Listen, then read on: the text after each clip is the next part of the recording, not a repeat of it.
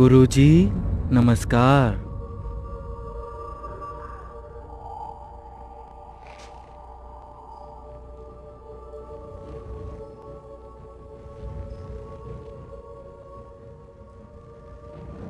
यहूदा, क्या तू चुमा लेकर मनुष्य के पुत्र को पकड़वाएगा?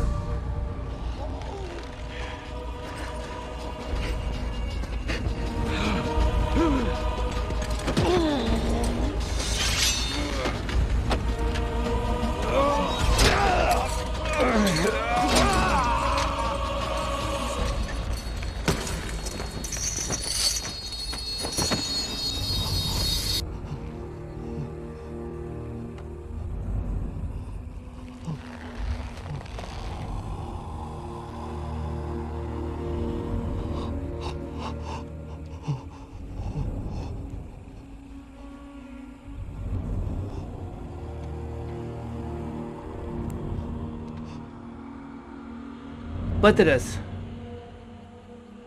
इसे मयान में रख। जो तलवार चलाते हैं वे तलवार से ही मारे जाएंगे।